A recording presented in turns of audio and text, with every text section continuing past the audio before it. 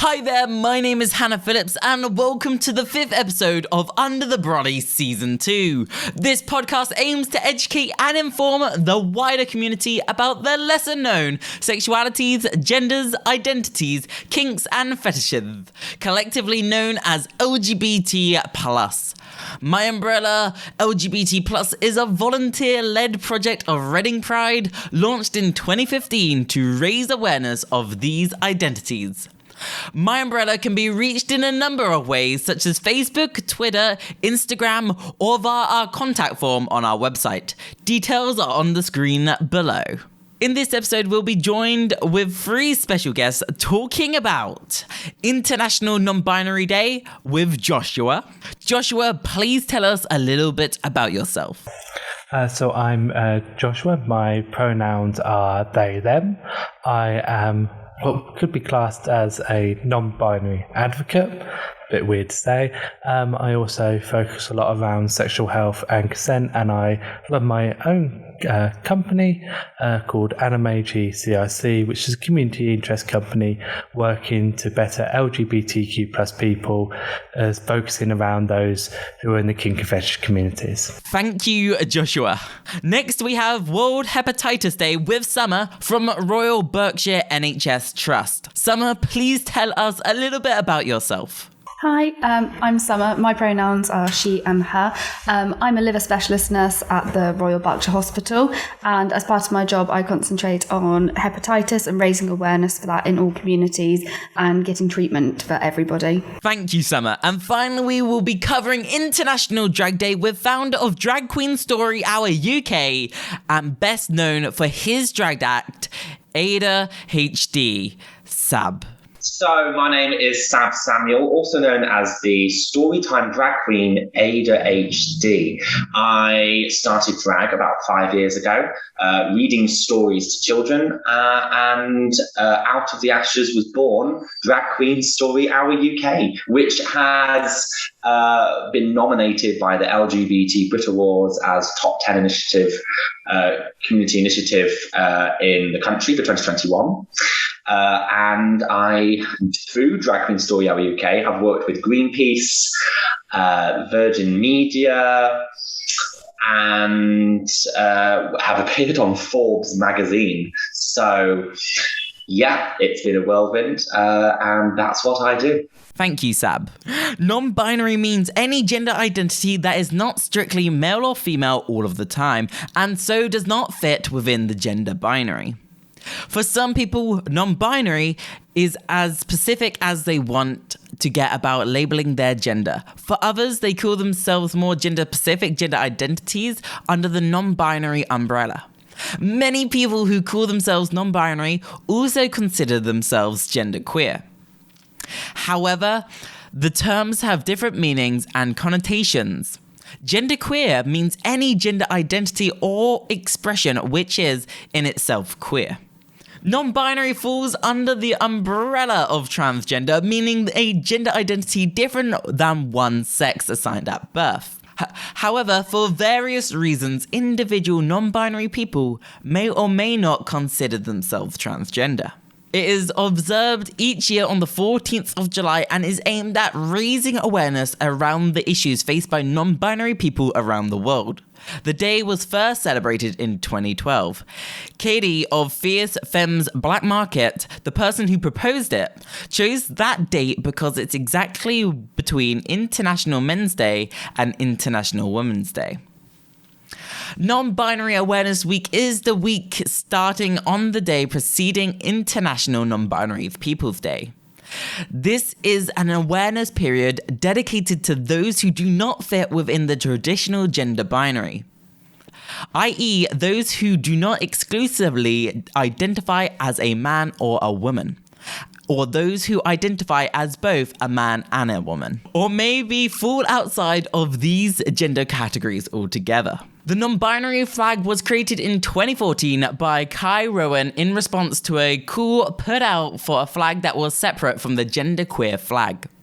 This was intended to go alongside Marilyn Roxy's genderqueer flag rather than to replace it. The flag consists of 4 stripes from top to bottom. Yellow represents those whose gender exists outside of and without reference to the binary, as yellow is often used to distinguish something as its own. White represents those who have many or all genders, as white is the photological presence of colour and or light. The purple stripes represent those who feel their gender is between a mix of female and male, as purple is in the mix of traditional boy and girl colours. The purple also could be seen as representing the fluidity and uniqueness of non-binary people. The final black stripe represents those who feel they are without gender, as black is the photological absence of colour and or light. The non-binary flag and the genderqueer flag are both options for non-binary people to use to symbolise themselves and to take different approaches to how symbolise non-binary genders. We will now move on to the panel, starting with Joshua.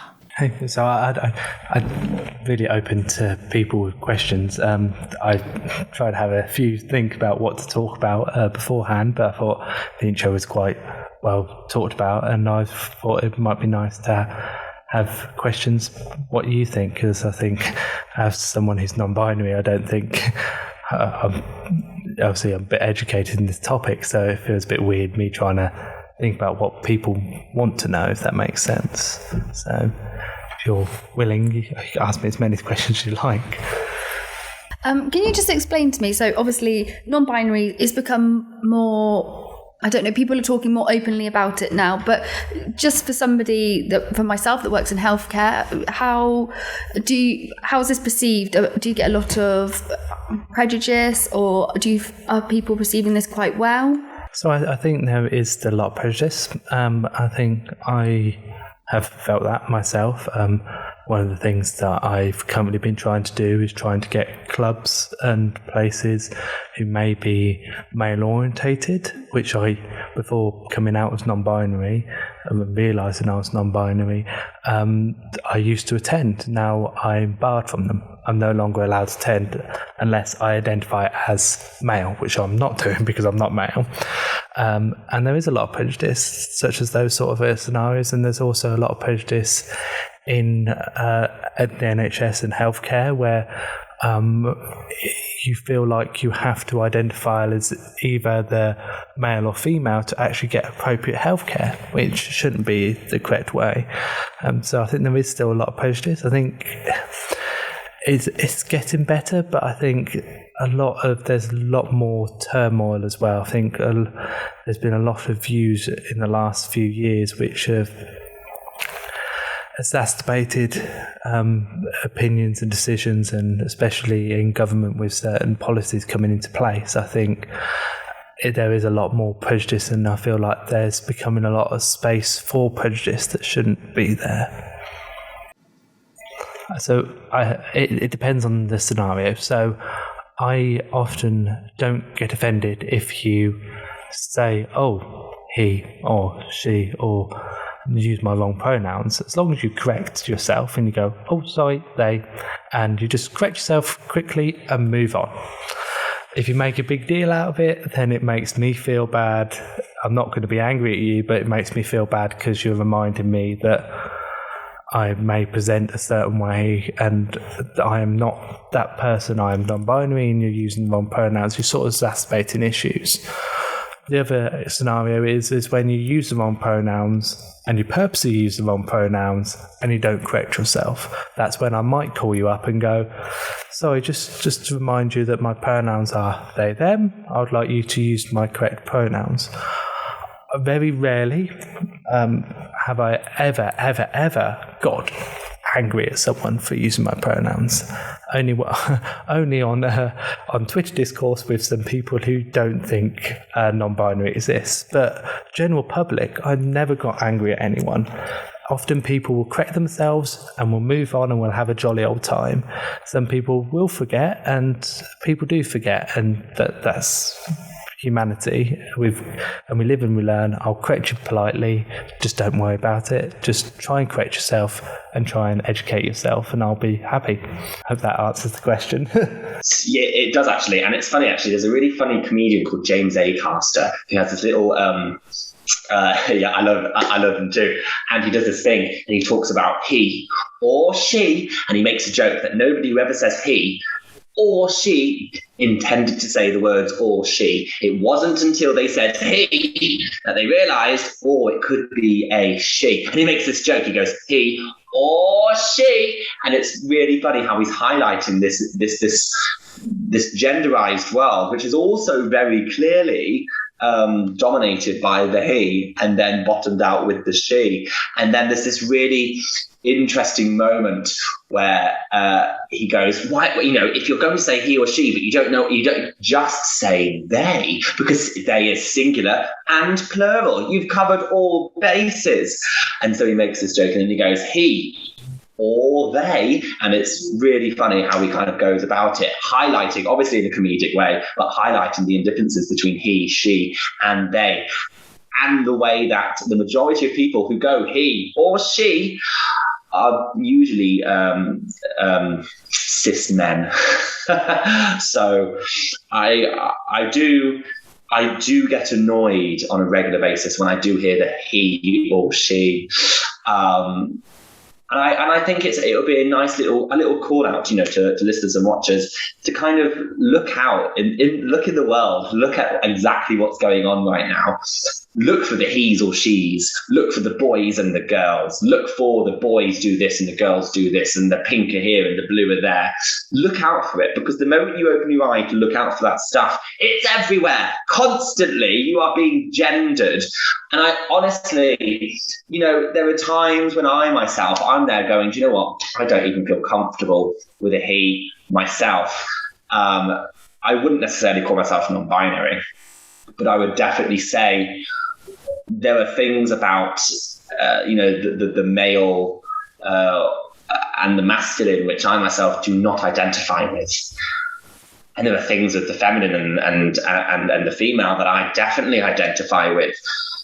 And I think, as time goes on, I would love to see a world where to identify the fact that obviously males and females exist, and definitely everybody in between existing, is a good thing. But let's not make it such an important part of our way of life, I'm sick and tired. I mean, can you imagine how much space we would save if every single bathroom was just gender neutral? You can imagine. I think lots of people out there need to know a bit more about what it means to be non-binary. So I'm very glad that you are here today, Josh. Good bit that you touched up on about looking out for the he and the she and the gender ideals that we have in the world, and it can be really tiresome for someone who's non-binary. Someone going around in a gendered world being non-gendered gets so exhausting, and I can say from personal experience, being around, and you just get tired, and you having to constantly correct or having to change people's opinions because we live in this gendered world gets exhausting. And I don't understand why we can't change stuff to be non-gendered. Putting they on like contracts and stuff like that. Also titles. Sorry, I'm gonna have a moment about this. Titles. Everyone presumes my title. Everyone on every single form will put Mr. And I don't use Mr. any time when I'm filling out a form. I'll always put MX, Mugs, whatever you want to call it. Some companies don't even have that as an option, which is, I find, quite appalling. Or leaving it blank. And the thing is that people presume stuff, and you'll go around and trying to find options for what you are or who you are, and they're just not there. And it just gets tiresome, and trying to get clothes and trying to socially transition in a gendered world is tiresome, because you don't feel like you can easily walk into the female changing rooms or female toilets or into the female clothes section if you want to be non-binary and openly go into there, socially transition, because I'm AMAB, and socially transition into there. I feel there's like a barrier that I've got to hit. If I was, it's so many barriers to hit being trans.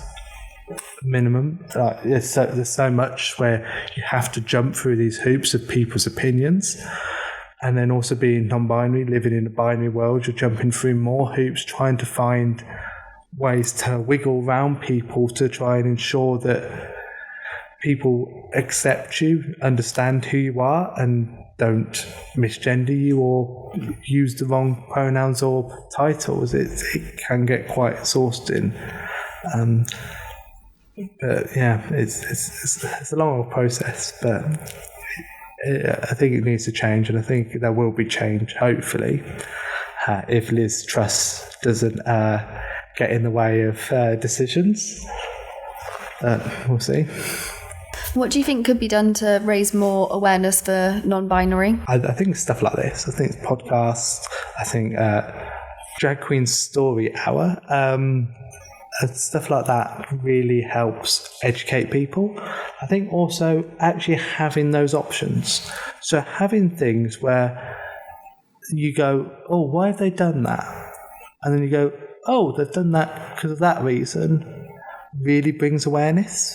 I recently did a post that was quite ambiguous, but was meant to be ambiguous to raise questions. And sometimes spoon feeding people doesn't always help because people aren't asking those questions. I think sometimes it's very useful when educating people and saying this is exactly what you need to do, but sometimes people need to learn and educate themselves, so then they are asking those more developed questions, those questions that they might not feel comfortable asking, they will ask, and that's where people become educated.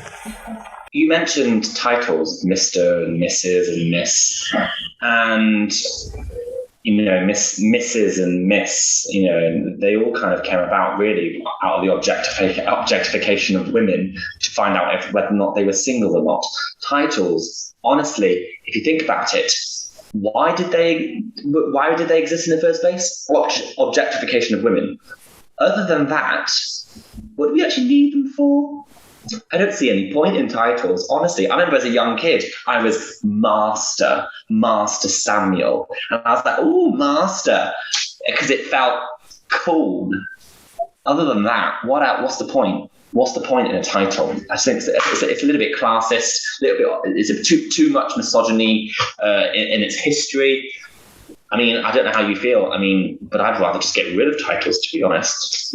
Preferentially, I've talked about this with my workplace, is that we shouldn't be using them. But for me personally, the only thing that should be on a form is how that you want to be addressed. So I think titles help and how to be addressed, but there's a better way of doing that.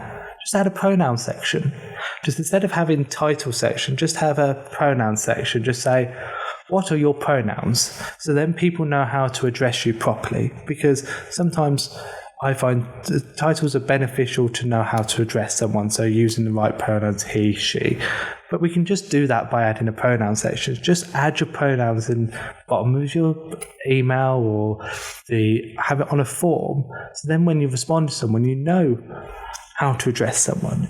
Titles, are, like you say, are absolutely stupid. It doesn't matter if you're a Mrs. or a Miss. I don't know why there is those two versions. And then you got Mr. and Master, and then you got Doctor, Professor. There's so many different titles, Reverend. It just gets a bit confusing. I feel it's much more beneficial just to have a pronoun option to actually know how to address someone.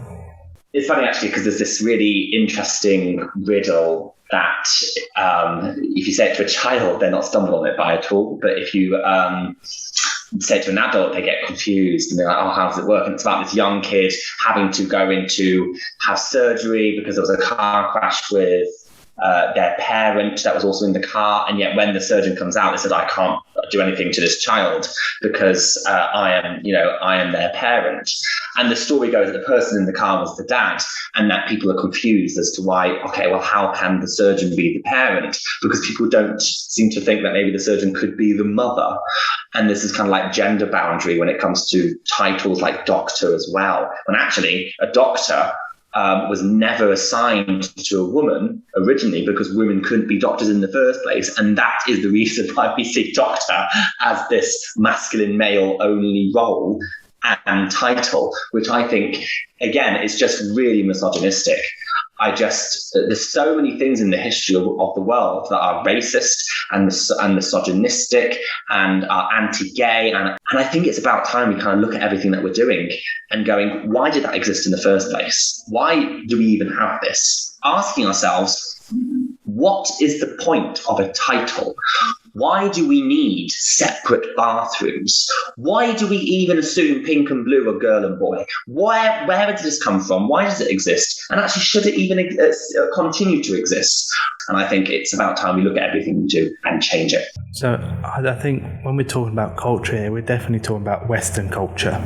Western colonialism culture, because if you actually look at cultures, and we look at cultures where unfortunately colonialism has happened, there was never a problem. There was never a problem with LGBTQ plus people. Many cultures have this idea of non-binary or third gender. You look at Maori culture, you look at Native American Indian, you look at Indian culture, you look at Africa before colonialism happened. They were very positive about being LGBTQ plus. Colonialism came in, put in the penal code, and then that's caused all of the homophobia and transphobia that we have today. It's very much, I feel like I am coming from a privileged place here, and there are definitely better people that could talk about this, but colonialism has ruined LGBTQ plus rights and has ruined a lot of people's lives. And definitely there needs to be more talk on this and more platform to people that are talking about this. I think also one thing that I would like to touch upon is the pink and blue. There's a reason that pink is used as an effeminate colour. Originally, it was a masculine colour. So during World War II and the Nazis in Germany, in that region, people were branded with symbols to identify who they were and why they were put in concentration camps. So we all know the star, the yellow star, that was known for people who were Jewish. So people who were Jewish were branded with a yellow star. People who were gay, homosexual men, were branded with a pink triangle. There were also other symbols, so there was also a black triangle. So the black triangle, people debate that were used for lesbians, but it was actually used for people who were women who broken gender codes or broken the general stereotypes of what should be a woman, which were lesbians, because there was never a law against lesbians, but they found a way to persecute lesbians and put them into concentration camps with a black triangle, and then it's formed part of the Labrys lesbian flag, which has unfortunately been taken up by some TERFs, but isn't. It's about feminism power. It's lesbian power. That's what Labrys means. Also, that's a lot of culture around that as well. But yeah, there's a lot of symbols that were used during the Nazi regime. There was even more that I don't know of. Unfortunately, I'm not well versed in that part of history. But yeah, homosexual men were branded with a pink triangle, upside down pink triangle, and then lesbian women were done with upside down black triangle.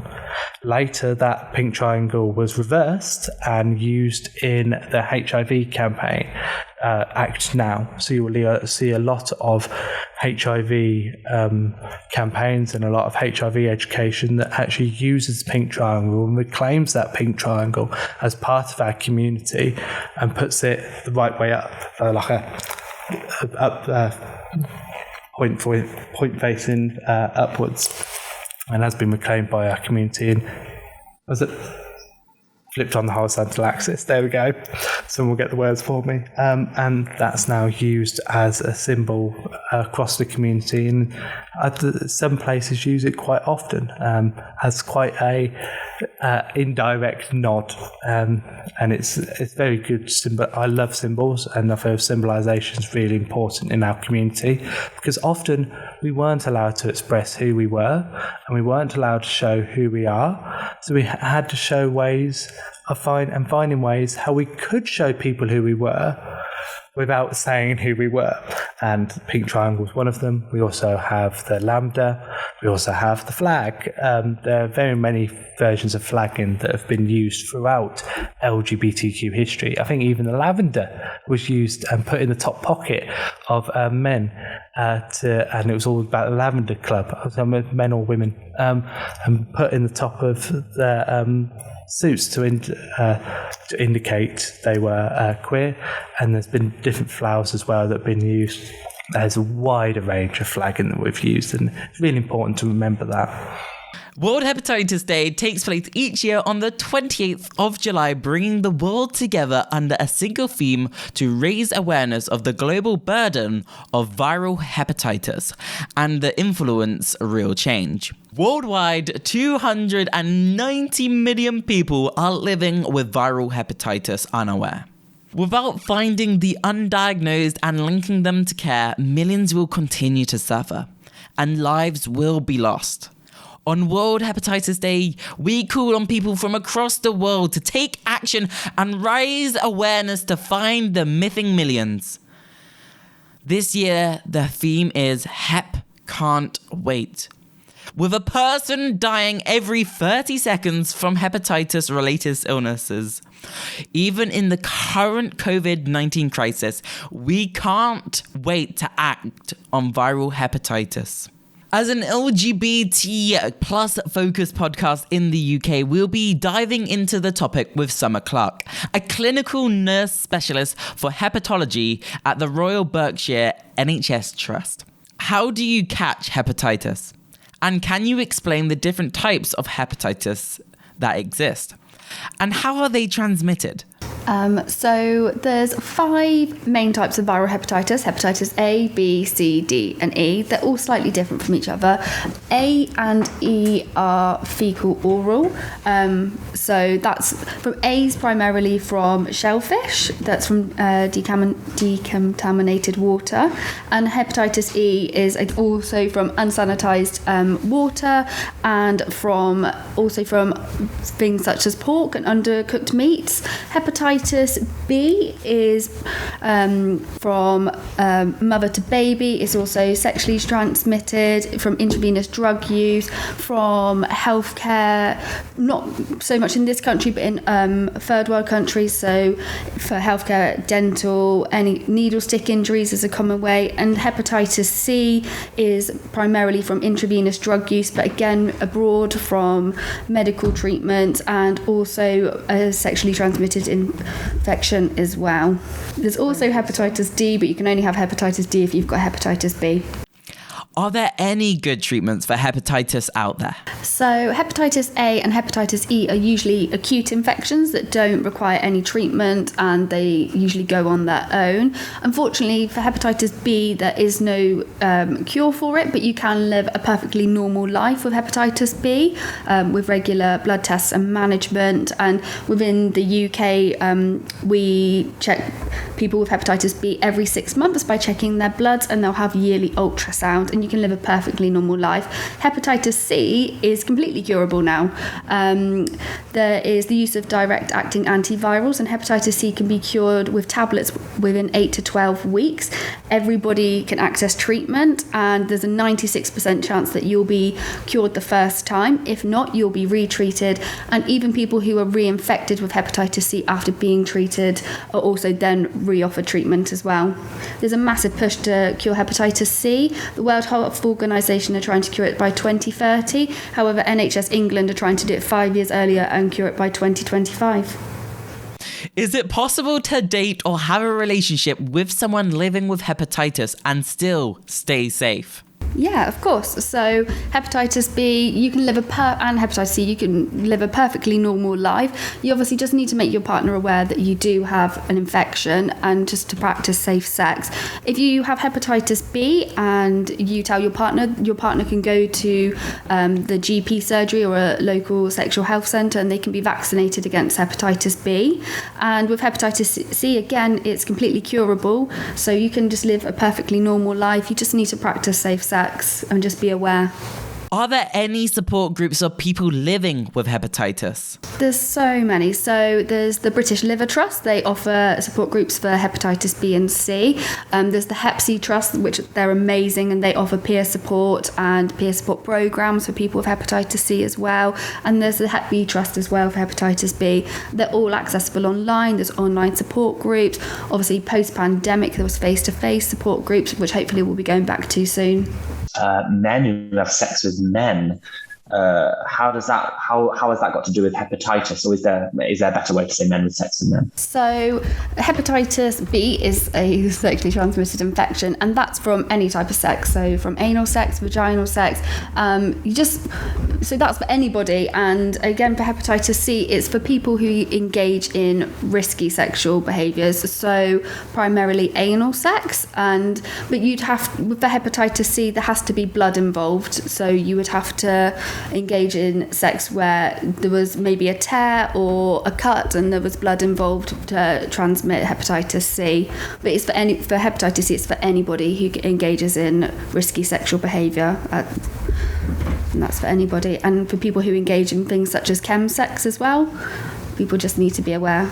Yeah, I think, as someone, we were talking about this a bit earlier, is that when we talk about trans people, we see that a lot of trans people don't access healthcare resources and don't feel comfortable going to NHS. The fear of misgendering, the fear of not being treated correctly. And I think sometimes we have, Nice and Bash both say that all talk about men having sex with men, but actually a lot of non-binary people are at risk of hepatitis. We have also trans women who are very much at risk of hepatitis, and sometimes I think maybe we lack in appropriately giving the right amount of testing and right amount of support for those groups. And I think there's many clinics across the UK that are starting to focus on that. We've got 56T in London. I think there's some in Manchester, if I'm right, and I think there are clinics across the UK. Do you think there is a really big need to change to focus on trans healthcare and sexual health? I think there needs to be. I think there is a big awareness, but I think there needs to be more.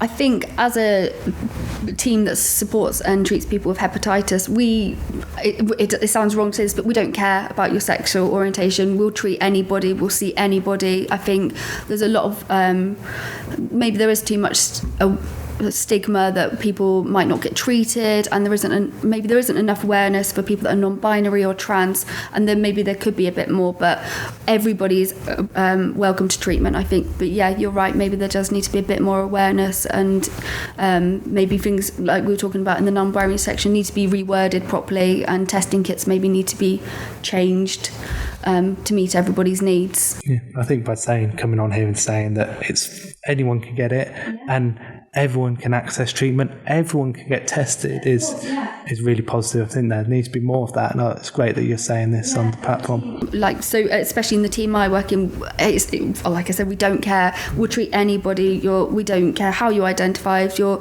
sexual orientation, if you're homeless, if you take drugs. We don't care. We'll still treat you. I was saying earlier, actually, I went and started a patient on treatment on a train station platform just to get to that patient to give them their treatment, because that's what we care about. So it's interesting actually, because I want to talk about my experience with hepatitis, and it's not the biggest, but this is my experience and how I learned what it is. My understanding of gay people getting hepatitis, and so my understanding of gay people getting hepatitis, And also, it's also my experience of my first STI clinic visit. So I went to an STI clinic because I was starting to become sexually active, and I was being told you should go by my peers. And so I went, and it was scary because I wasn't taught about it at school or what to do. It was general health that it was interestingly not talked about at all by people who should be telling me it. And so I got there, and I remember them being quite specific on, oh, you're a gay man. Okay, we're going to test for certain things then because you're more likely to get stuff. And I was there not really understood why they thought this. And then they said, oh, we're going to treat you, not treat you, and they said, we're going to vaccinate you for hepatitis B because you're more likely to get it as a gay man. And again, I thought to myself, how is that relevant to my health? And it wasn't really explained to me. And I thought, oh, as a gay man, obviously I'm doing something wrong. And just my first experience with sexual health, specifically also with the hepatitis bit, saying, oh, you're more likely to get it, it wasn't explained. I didn't know. And it just made me feel horrible. And it wasn't until it was explained to me that hepatitis B it's not because you're gay that you could get hepatitis B. It's the sexual tendencies or the sexual things that some gay men do that would make you more likely to get hepatitis B. And as an autistic who's very logically, very kind of like pragmatic in the thought process, I thought to myself, I don't think it's necessarily just gay men who do certain things like that, which very much, I think, outlines a massive gap. At least then it was, because this was quite a few years ago, a massive gap in the amount of people maybe they're catching, because I was only taken into this room because I said I was a gay man. Surely there were plenty of human beings out there who are doing certain things that would be deemed gay, but aren't gay men, or maybe even talk about being gay, don't actually come across as being gay. I didn't remember saying I was gay. I remember walking in, being all the fabulous person I am, and then making that assumption. I think sexual health is fab, I think it's something that definitely needs to be talked about. I think lots of the experiences I've had have always been positive about the way they've gone about it. But I think there is a massive thing, especially with hepatitis, where it is assumed that you're more likely to get hepatitis B if you are gay. And I think that's really bad and dangerous wording to say it that way, because actually that's not the case. So I had my experience with this person was they gave me my kind of hepatitis B jab, and then they said you've got 2 more, and then once you've had 3, you're all set. And that was what I believe I had at the time. And there was like a massive period between the second and the third one, I think, and I ended up at university for when I should have the third one. And I went in to my university GP, and there was this student who was obviously given a short straw, considering about their face about having to deal with sexual health. They just did not seem happy in that role. And they said, oh yeah, here's a pot to wee in. And here's a swab to kind of go up your urethra. And I looked at her and I said, do I not need maybe a second, even a third swab? She goes, no, what for? So I want, like a swab for my throat and maybe the other end too. And she's like, huh? And I had to spell it out for her. I had to spell it out for this woman. That I'm a gay man, and I will be doing this, and I am a gay man, and I will be doing this too. And then I remember thinking this, and I wish I said it at the time. I am not just gay men who are doing these things too, by the way. And I think I had to explain what I knew from that moment, that I needed my 3rd hep jab, explain that I needed my 2 swabs other places. I honestly, I think there's, my experience with that has been, it's all positive really, but that one experience was not. And I hate to think that would be happening all across the UK, and the amount of people that are not being helped, upon reaching sexual health. And I think it's, I think sexual health really important. And I think it's really good that obviously Summer is here talking about stuff as well. So it's good. And people should get tested regularly, and it's a really good thing. I'd like to hope that I can only speak for my team, and the team that I work within are really good with sexual health and promoting it, and you'd like to hope that across the country things are improving and people are starting to have more awareness, especially because there is so much more awareness for everything now. But you're right, the people do, I know the phrase is, it's not right to say it, but they still use males who have sex with males, and that's wrong. But that's what you were saying is right. It's not just men or people who, everybody engages, not everybody, but lots of people engage in risky behaviour, and that's what we need to be more aware of, or what's deemed to be risky behaviour, of course. Before we move on to International Drag Day, I heard that Ada, the Storytime drag queen, has magical powers. Is that true? Is it true? Is Ada magical? Well, I don't know. I'll have to ask her myself, to be honest. I'm pretty sure she is on her way. Voila! Hello! My name is Ada H Dee, the Storytime drag queen. Thank you very much for having me here. The International Drag Day was founded by Adam Stewart in 2009 through his fan page for drag queens on Facebook, with the main objective to provide drag artists with the space to expose their creativity and culture in a proper way.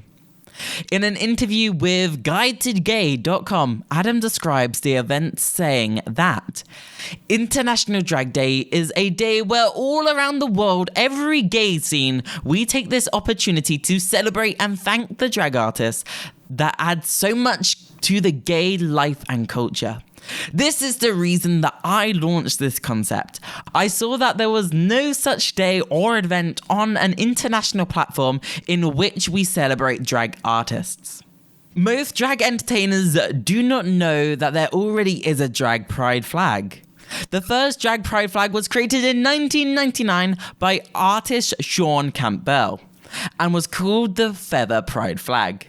The phoenix was used as a symbol of rebirth and fires of passion with which the drag community uses to raise awareness and funds for many causes. The next drag pride flag came to be as a result of the efforts of Austin International Drag Festival, AIDF, in 2016. The Drag Fest is an annual event that encompasses all forms of drags across many platforms from around the world. AIDF created a contest to create the official flag of drag. This was a way to engage the drag performers and drag lovers from every walk of life to share their passion for the art form. There is such a diversity amongst the LGBT plus community, and there are many flags representing those groups. The contest asks if the contestants to create a lasting symbol of a community that loves, shares, embraces, and entertains the out of people everywhere. What is Drag Queen Story Hour? Drag Queen Story Hour UK reads stories all across the country. We read stories about people who are autistic. We read stories about people who are ADHD or LGBT or people of colour. We read stories about anybody who is different. And in fact, we actually read stories all based off the 2010 Equalities Act.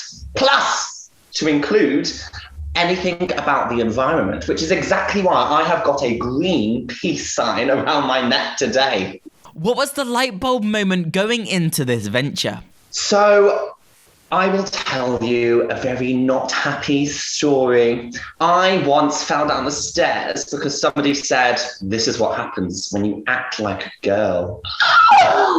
It wasn't very happy, but it came out with a good thing because then I wasn't dressing up in drag. In fact, then I was just being a little bit less of myself, but still quite an effeminate person. And I decided to teach this person, the reason why I fell down the stairs, a lesson. I sent them a little letter to say, I am going to perform in a drag show. And that is how Ada was born, teaching a lesson. And that's exactly what I do from then to this day forward. And that was about 5 years ago.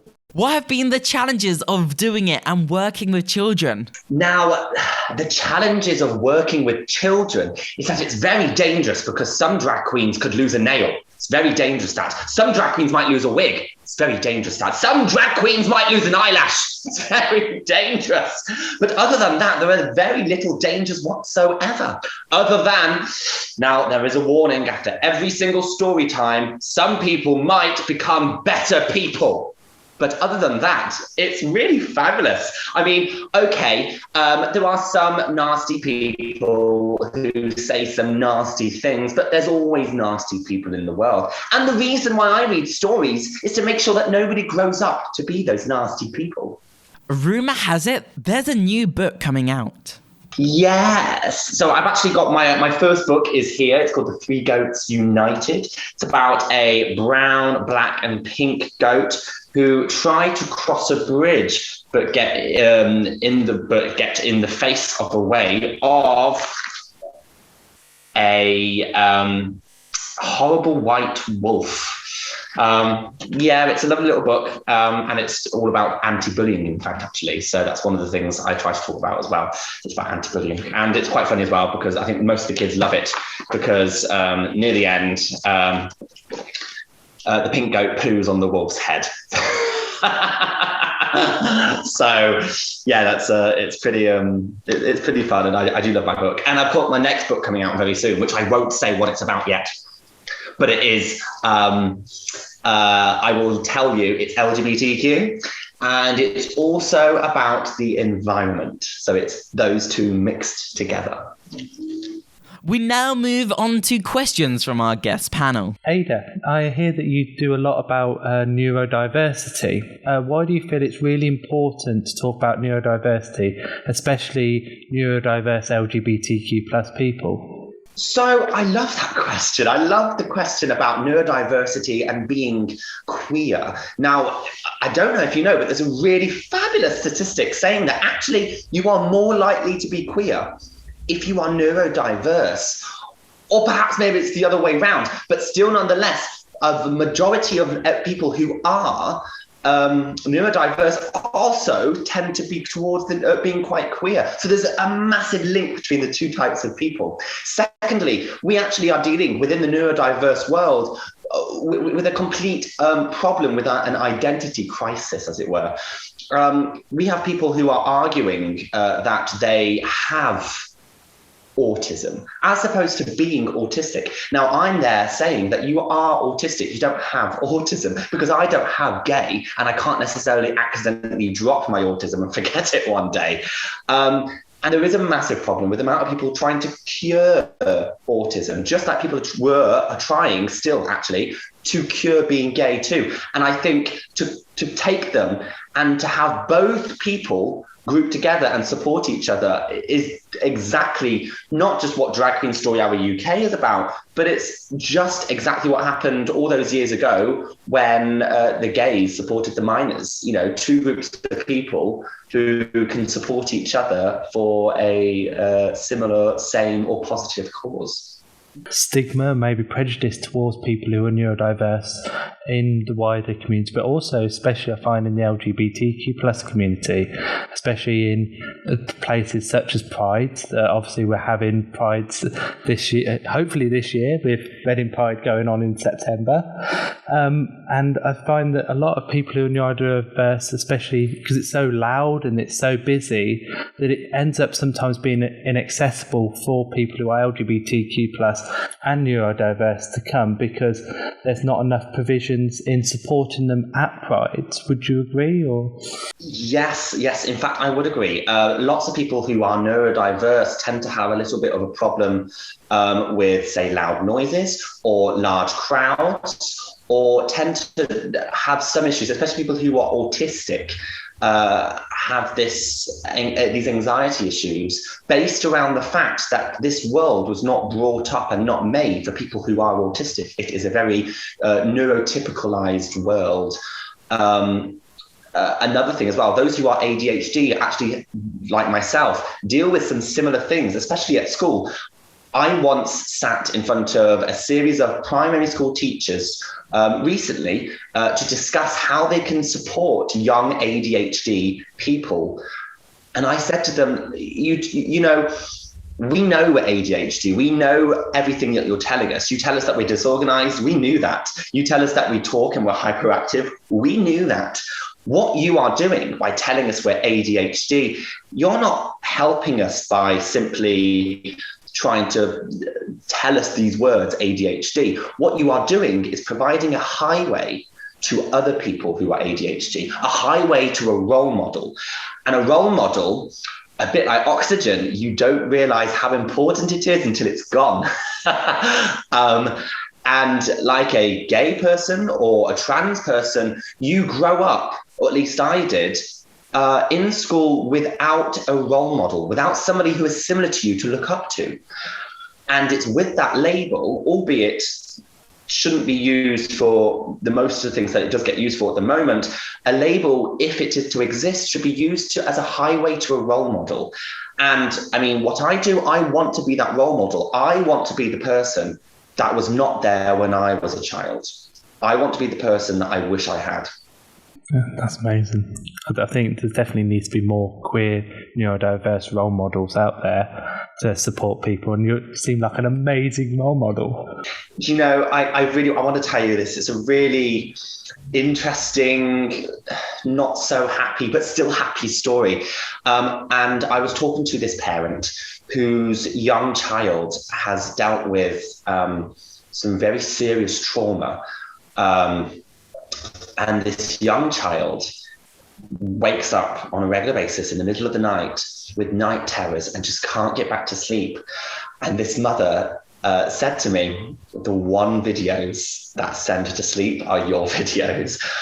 First, I cried. Secondly, I cried a bit more. And then I was like, oh my goodness me, I cannot believe. I mean, I didn't get to fully absorb what that meant and what I actually meant to this other young person and to a mother until some days later. It wasn't until then I went, goodness me, that's quite powerful. And to think that I've only affected one child and one mother in the country, that's, in my eyes, I'm job done. But I will keep doing what I do until, well, forever, I think. I think I always say as well is that there's always that one person that will tell you something, but there's many other people that won't say something but has a similar effect. So even though you might not know that you're affecting a lot of people, if that one person comes up to you, there's probably another 5, 10, 15, 20 people that are in the exact same position but maybe aren't comfortable telling you. So just have a bit of comfort in that, I think, as well. And I think that's something that a lot of people who do activism and make a large impact need to realise, is that even though you might not have many people come up to you, there's a lot of people that will also think the same but won't come up to you. You say, activism and, me being an activist. It didn't occur to me that I was an activist. I mean, I was reading stories, and these stories that either I've written or stories that other people have written that are, including people who are LGBT within the stories themselves. I didn't think that was activism. I was having fun. I was reading great stories, teaching children about certain types of people. I don't deem that activism, just having a bit of fun. But the amount of people that are saying, Ada H Dee, the storytime activist, do you know what? I am an activist. I feel like I had to come out as an activist in some ways, because I was there going, I didn't realise I was. Yeah, I think I had a similar experience. It feels a bit weird, doesn't it? You're like, I just do my normal stuff. I'm just here doing stuff that I enjoy doing. And then next thing you know, someone's saying, oh, you're an activist. And you're like, who? Where? Behind me? So obviously, the previous or the original feathered pride flag. and we talk about the impact of the Phoenix and why the Phoenix is so important on the February flag for being donating a lot of money. I think a lot of donations were actually made for supporting those with HIV and supporting those who were unfortunately couldn't get medical care, if we're talking about America here, who were in hospital alone and couldn't afford being in hospital. And I think it's good to acknowledge that the effect that drag queens had in the past of actually supporting those with HIV and supporting those that were in hospital. Would you agree? Would you think that's an important piece of history that maybe sometimes gets swept under the rug and needs to be talked about more? So, of course, for those who don't know, 50 years ago, there was a bit of an illness that went around, and lots of people were blaming the LGBT community for it. And so, because there was very little support for the LGBT community, lots of people were very unhappy but alone in hospitals. And lots of drag queens came to say hello to them. Yeah, I think there's many communities that would say that, we were saying we could go down a rabbit hole of the amount of communities that would say that have supported those people in hospitals, listened to the stories of people who were unfortunately unwell, and raised a lot of money. But at the end of the day, yeah, everyone was people. They just reached out and were like, that's another person that, or someone I know, someone that I saw at the club 15 times a month, and they just wanted to be that supporting hand, that ear to listen to, and that sort of person to help raise funds to make sure that they had a happy or fulfilled time for their end of their life, so they weren't left alone. So I think it's really important that we say they were people and we're all people trying to support people. Unfortunately, that means we have now come to the end of the show. We would like to send a big thank you to Reading International Solidarity Centre for allowing us to use their conference hall to film this episode. We really do appreciate it. To play us out is one of our good friends, Feral, with his new single, Boo Hoo. Which means it's a goodbye from myself, Hannah Phillps, and our guests, Joshua, Summer, and Ada. Goodbye. Bye!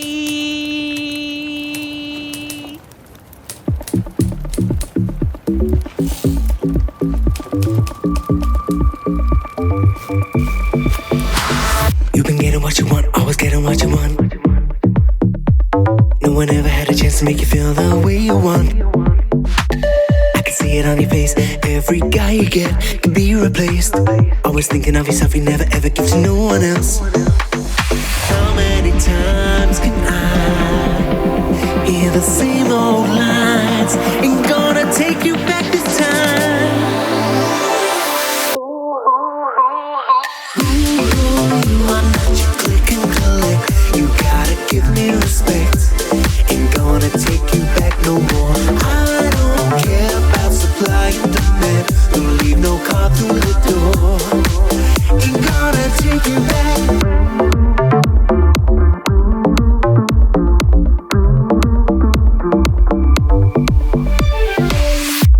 What you want, always getting what you want. Now it's time for me to stand, no more getting what you really want.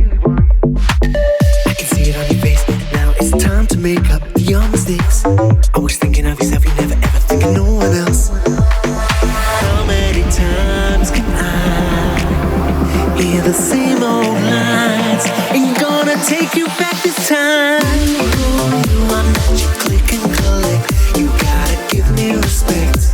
Ain't gonna take you back no more. I don't care about supply and demand. Don't leave no car through the door.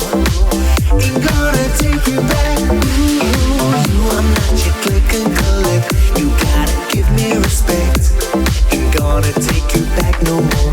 I don't care about supply and demand. Don't leave no car through the door. Ain't gonna take you back. How many times can I hear the same old line? How many times can I hear the same old line?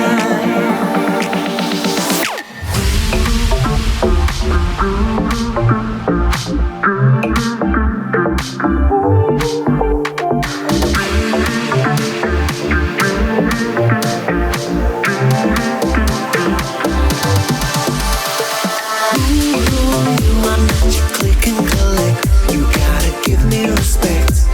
Ain't gonna take you back no more. I don't care about supply and demand. Don't leave no card through the door. Ain't gonna take you back. Ooh, I'm not your click and collect. You gotta give me respect.